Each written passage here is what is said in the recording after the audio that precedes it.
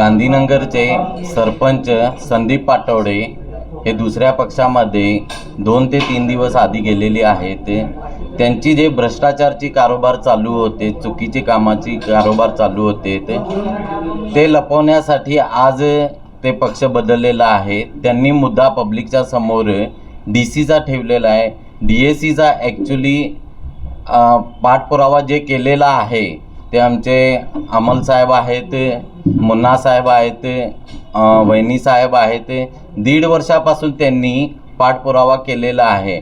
आज बरोबर टायमिंगला ज्यावेळी यश मिळत होता, बरोबर त्यांनी टायमिंगला स्वतःला वाचवायसाठी त्यांनी पक्ष बदललेला आहे, प्रवेश केलेला आहे दुसरीकडे। आज जे गांधीनगर लोकांनी विश्वास ठेवून त्यांना उमेदवारी दिली, सरपंच म्हणून त्यांना खुर्चीवरती बसवलं, हेच गांधीनगरच्या जनतेकडे ताकद आहे।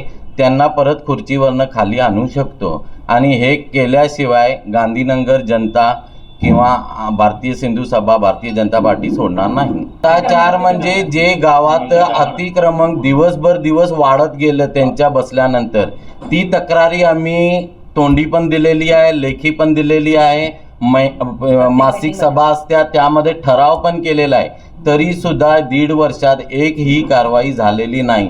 त्यावरनं क्लिअर होते भ्रष्टाचार केलेला आहे। कुठलंही सिग्नेचर करायचं असेल, साधं पेपर पण द्यायचं असेल, पब्लिकला 1 महिना ग्रामपंचायतची फेऱ्या मारायला लागते, ह्याच्यावरनं पण भ्रष्टाचार समजते। पक्ष बदललेला आहे, का बदलला अचानक, का त्यांच्या पाठीमागे लागले, हे पण आपल्याला समोर येते।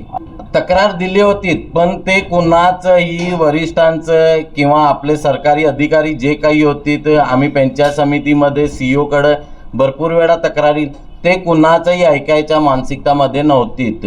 आजपर्यंत त्यांनी स्वतःच्या मनाच्या हिशोबानं मनमानीचा कारोबार केलेला आहे। आता ह्याच्या पुढे जी काही कारवाई होणार, आम्ही सगळीजण बसून एकत्र, गांधीनगरची भरपूर लोक आहे ज्यांना हे चुकीचं वाटलेलं आहे, त्यांच्याबरोबर एकत्र मीटिंग घेऊन पुढची कारवाई करणार। अविश्वास ठराव जे आहे ते पण 100% करणार।